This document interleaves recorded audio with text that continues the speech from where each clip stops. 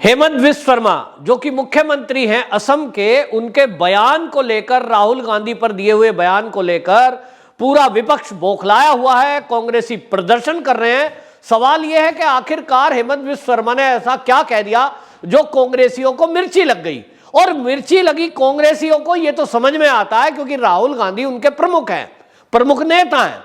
लेकिन इसमें समाजवादी पार्टी के अखिलेश यादव भी बीच में बोले और वो बोल रहे हैं कि भाजपा के एक मुख्यमंत्री और उनका जो है असभ्य कथन भाजपा का नारी विरोधी सोच का प्रतीक है। अब अखिलेश यादव जी, आपसे पूछना चाहता हूं कि आप कह रहे हो कि भाजपा के एक मुख्यमंत्री का जो कथन है वो नारी का अपमान है।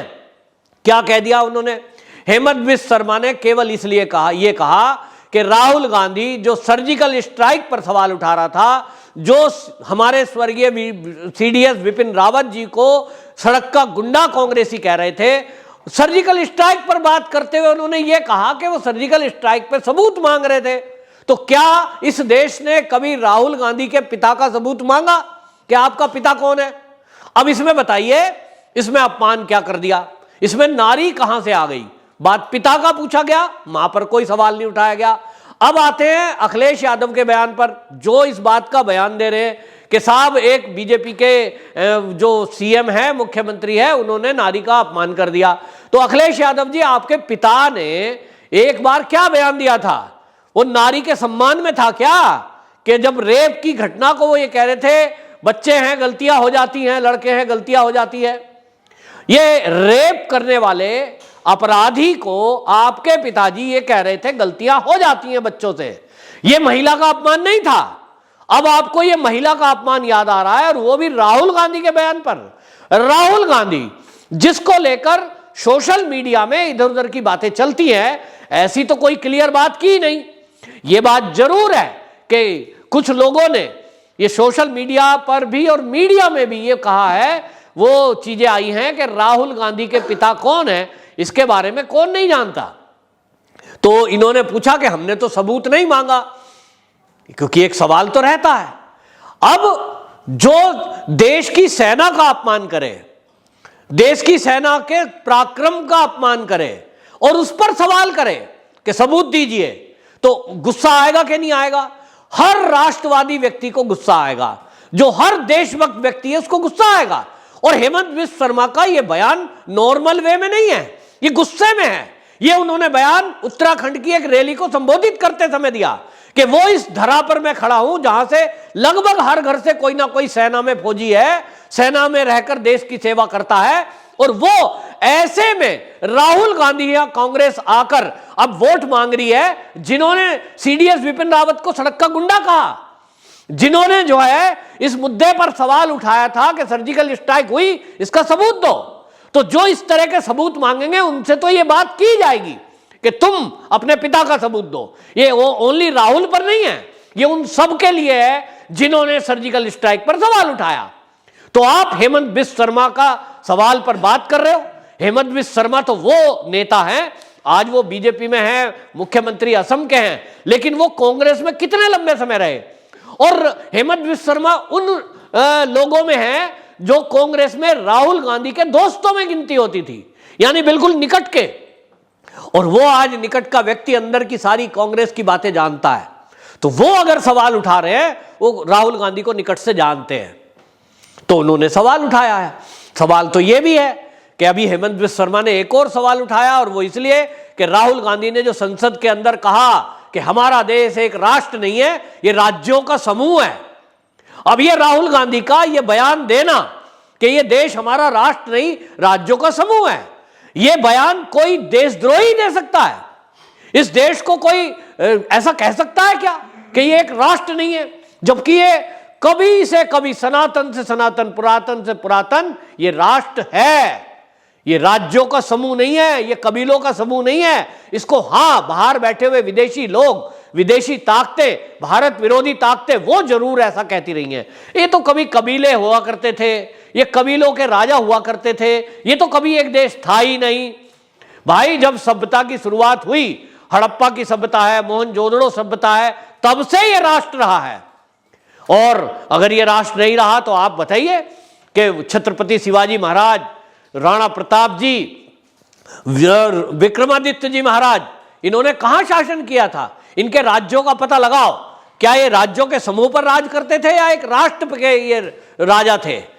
लेकिन राहुल गांधी बिल्कुल आश्चर्यजनक तरीके से बयान देते और वो कहते कि ये जो देश है गुजरात से बंगाल, ये बोलते हैं गुजरात से बंगाल, इसमें आप जानबूझकर अरुणाचल प्रदेश का जिक्र नहीं करते हैं। क्यों? क्योंकि अरुणाचल प्रदेश पर हमेशा चीन अपना दावा करता रहा है। तो क्या राहुल गांधी चीन के द्वारा लिखी गई स्क्रिप्ट को बोलते हैं? क्या वो चीन को यह दिखाना चाह रहे हैं, बोलना चाह रहे हैं कि वो भारत का भाग नहीं है? क्यों उन्होंने अरुणाचल प्रदेश नहीं बोला?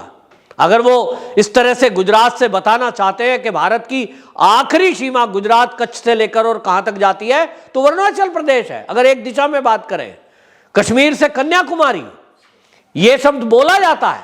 तो राहुल गांधी अगर केवल पश्चिम बंगाल बोल रहा है, इसका मतलब तो वो अरुणाचल प्रदेश को चीन का जो एजेंडा है उस पर काम कर रहे हैं। और इसीलिए हेमंत बिश्व शर्मा ने बयान दिया।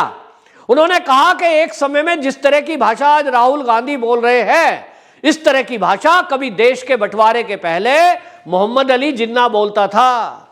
मोहम्मद अली जिन्ना ने भी इसी तरह की लैंग्वेज इस्तेमाल की थी कि ये कोई देश नहीं है, ये तो कई राज्यों का समूह है, इसमें अलग अलग राज्यों के अलग अलग राजा हैं, तो कुछ राजा रजवाड़े वो हम रखेंगे अपने पास, और इसके लिए उन्होंने कहा था कि वोट डलेगी और इसके लिए सर्वे कराया जाएगा, और इसके लिए सर्वे के आधार पर यह तय होगा कौन किस राज्य में रहना चाहता है। तो क्योंकि उस समय रियासतें होती थी, रियासतों के लिए जो उन्होंने उस समय कहा कि हम ये तय करेंगे कि मुसलमान किधर रहना चाहते हैं, हिंदू किधर रहना चाहते हैं, ये मोहम्मद अली जिन्ना की लैंग्वेज थी। हालांकि वो जो सर्वे हुआ था उस समय, जिसके लिए वोट पड़ी थी, वो जो रेफरेंडम हुआ था, उसके आधार पर कोई फैसला हुआ नहीं। जैसे कि हैदराबाद के लिए मुसलमानों ने ज्यादा वोट दी कि हम इधर रहेंगे, लेकिन पाकिस्तान में कौन सा देश गया? वहां वो गया जहां हिंदू ज्यादा रहते थे। हैदराबाद भारत में रखा। मतलब कुल मिलाकर उस तरह की बयानबाजी उस समय की गई थी जिन्ना के द्वारा, और देश को बांट दिया। आज वही राहुल गांधी बोल रहे हैं कि वो इनको राज्यों का समूह बता रहे हैं। इसका मतलब यही हुआ ना, तो हेमंत बिश्व शर्मा ने कह दिया कि इसका मतलब ये हुआ कि जो जिन्ना की भाषा थी वो राहुल गांधी बोल रहा है। कहीं ना कहीं दिमाग में फिर से कई देश को बांटने की कोई साजिश तो नहीं है। और इसलिए उन्होंने पत्रकारों से बात करते हुए कहा कि ऐसा लगता है कि राहुल गांधी के अंदर जिन्ना का भूत घुस गया है। इसीलिए बोला कि एक आदमी इस देश में रह रहा है, राहुल गांधी इसी देश में पैदा हुआ, क्या उनको हमारे देश का यह नहीं पता कि यह एक राष्ट्र है? क्या उनको यह नहीं पता कि हमारे देश की सीमाएं कहां से कहां तक जाती है? अगर हम कश्मीर से कन्याकुमारी की बात करते हैं तो गुजरात से पश्चिम बंगाल नहीं, अरुणाचल प्रदेश की बात करते हैं। लेकिन वो सोची समझी रणनीति के तहत चीन के एजेंडे पर काम कर रहे हैं। हम सब जानते हैं कि राहुल गांधी चीन की भाषा क्यों बोलता है। उनको चीन से मदद मिल रही है, चीन से समझौता किया हुआ है, और वो वही बोलेगा राहुल गांधी जो चीन चाहेगा। तो चीन को लाभ पहुंचाने के लिए वो इस देश की सेना पर सवाल उठाता है, वो इस देश की सरकार पर सवाल उठाएगा, वो इस देश की संवैधानिक संस्थाओं पर सवाल उठाएगा, वो इस देश की न्यायपालिका पर सवाल उठाएंगे, और आप सब मौन रहेंगे। राहुल गांधी कोई कुछ भी बोल दे तो चलेगा, वो कहे कि देश का प्रधानमंत्री चोर है, उस पर सब मौन है। वो राहुल गांधी जो किसी पर भी सवाल उठाकर यह कह सकता है कि इस देश में जो न्यायपालिका है वो भी सरकार के इशारे पर काम कर रही है। अभी संसद में बोला कि इस देश की न्यायपालिका और इस देश का जो है चुनाव आयोग, उन्होंने बाकायदा सवाल उठाया कि 3 तंत्र सरकार के लिए काम कर रहे हैं, पेगासस और न्यायपालिका और चुनाव आयोग। सीधा सीधा सवाल किया। तो कोई पत्रकार, कोई ये जो विपक्षी दल में से है, किसी ने ये नहीं कहा राहुल गांधी जी आप क्या कह रहे हो, 5 राज्यों में चुनाव है, आपकी पार्टी खुद उन 5 राज्यों में पार्टिसिपेट कर रही है। यदि आपको चुनाव आयोग पर भरोसा नहीं है, फिर आप चुनाव मैदान में क्यों गए हुए हो? आप अपना एक भी कैंडिडेट मत खड़ा करते और कहते जी चुनाव आयोग तो सरकार की कठपुतली है, मोदी जी के कहने पे काम कर रहा है। तो पश्चिम बंगाल में तो वो मूर्ख ही है जो उन्होंने ममता बनर्जी की सरकार बनवा दी। राहुल गांधी जी, अगर आपको लगता है कि चुनाव आयोग मोदी जी के अंडर में काम कर रहा है मोदी जी के कहने से, तो फिर पश्चिम बंगाल में उन्होंने टीएमसी की सरकार क्यों बनवाई? इतना रक्तपात वहां हुआ, उसके बावजूद सरकार बनी ममता बनर्जी की। लेकिन आप बात करते हो इस तरह की।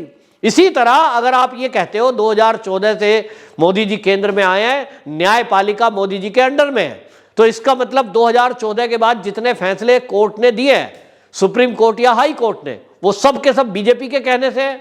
तो फिर तो जो है, जो केंद्रीय गृह राज्य मंत्री अजय मिश्र टेनी है, उनका बेटा जो कार की दुर्घटना जो लखीमपुर खीरी की है उसके अंदर, वो तो बरी छूट जाना चाहिए क्योंकि कोर्ट मोदी के कहने में काम कर रही है। तो ये बेमतलब का एजेंडा सेट करने का काम राहुल गांधी कर रहे हैं, और इनके साथ जो लोग खड़े हैं, इनकी भाषा में बोल रहे हैं, वो सब सवालों के घेरे में है कि सर्जिकल स्ट्राइक पर सबूत मांगने वाले से यदि कोई मुख्यमंत्री ये कह रहा है कि तुम क्या अपने पिता के बारे में सबूत दे सकते हो, तो ये उसको पलटवार है, ये गुस्से में कही गई बात है, ना कि ये किसी बहन बेटी का या मां का अपमान है। वंदे मातरम।